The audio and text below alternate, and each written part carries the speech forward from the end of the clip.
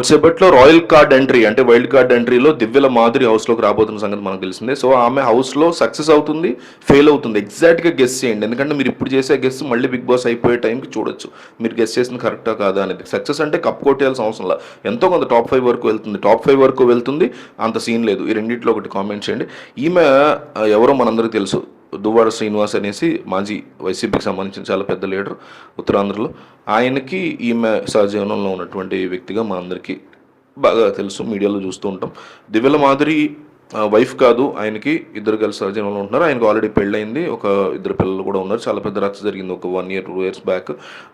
అతని వైఫ్తో కలిసి ఆయన ఉండట్లేదని, పిల్లలు పక్కన పెట్టేసి ఈమెతో ఉంటున్నారని, ఆస్తుల విషయంలో గొడవలు, ఇట్లా రకరకాల రచ్చ ఆల్రెడీ దానికి సంబంధించి నడుస్తూనే ఉంది, ఇప్పటికీ కూడా జరుగుతుంది. బట్ వీళ్ళిద్దరు స్టిల్ సహజీవనంలోనే ఉండరు, వాళ్ళ రీల్స్ చేస్తుంటారు, హడావుడి చేస్తుంటారు, దాని క్రింజ్ కాంటెంట్ అంతా కూడా మన ముఖాన్ని కొడుతూ ఉంటారు వీళ్ళు.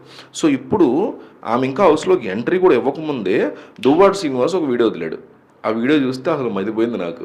ఏంటంటే అందులో అంటే ఈరోజు నైట్ గురించి మాట్లాడి, ఈరోజు నైట్ 9 ముందు ఒక లెక్క, 9 తర్వాత లెక్క. ఇన్నాళ్ళు బిగ్ బాస్ హౌస్ మీకు ఒక లెక్క, ఇక నుంచి బిగ్ బాస్ హౌస్ ఒక లెక్క. ఎవరైనా ఆమెకి ఎదురొచ్చినా అవతల వాళ్ళకే రిస్క్, ఈమె ఎవరికైనా ఎదురెళ్ళినా అవతల వాళ్ళకే రిస్క్ అని చెప్పి బాలకృష్ణ డైలాగ్ చెప్పి తన తన భార్యనాలో, తన ప్రేయసనలో, ప్రేయసందం, సో తన ప్రేయసి దివ్యల మాదిరికి ఒక లెవెల్ ఆఫ్ ఎలివేషన్ ఇస్తూ దువ్వాడ శ్రీనివాస్ ఒక వీడియో రిలీజ్ చేశాడు.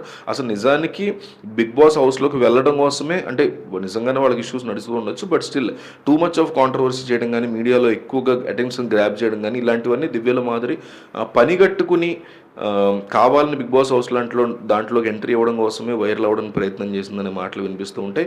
కొన్ని శారీస్కి సంబంధించిన సేల్స్ చేస్తూ ఉంటారు, ఏవో యాడ్స్ అవి చేస్తూ ఉంటారు. బట్ ఆమె అల్టిమేట్ ఎయిమ్ బిగ్ బాస్ షోనే. బిగ్ బాస్ షోలోకి వెళ్ళిన తర్వాత బయట నుంచి వచ్చే ఫేమ్ ఉంటుంది, ఎంతో కొంత ఫేమ్ ఉంటుంది. 1 లక్షల మందో 10 లక్షల మందో ఎంతోమంది ఫాలోవర్లు పెరుగుతారు.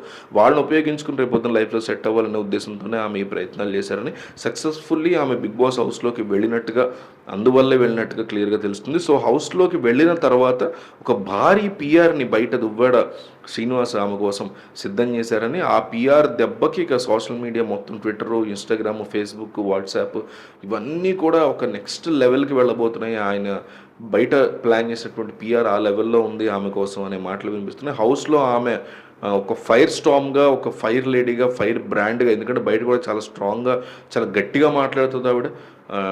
వేరే వాళ్ళ భర్తతో తను ఉంటున్నా కూడా దాన్ని డిఫెండ్ చేసుకుని ఏ రీజన్స్ వల్ల తనట్లో ఉంటున్నారనే దాని గురించి కూడా మాట్లాడుతుంది. సో మరి హౌస్లోకి వెళ్ళాక ఎవరైనా ఈ మాటలు ఇండైరెక్ట్గా సంజన లాంటి వాళ్ళు ఎత్తారంటే మాత్రం చాలా పెద్ద కాంట్రవర్సీ అవకాశం ఉంటుంది. సో దీని మీద మీ ఒపీనియన్ ఏంటి, ఏమనుకుంటున్నారు, మీ ఇన్పుట్స్ ఏంటి దీని గురించి అనేది ఖచ్చితంగా కామెంట్ చేయండి. అండ్ టాప్ 5కి వెళ్తుంది, అంత సీన్ లేదు, ఈ రెండింటిలో ఒకటి మిస్ అవ్వకుండా కామెంట్ చేయండి.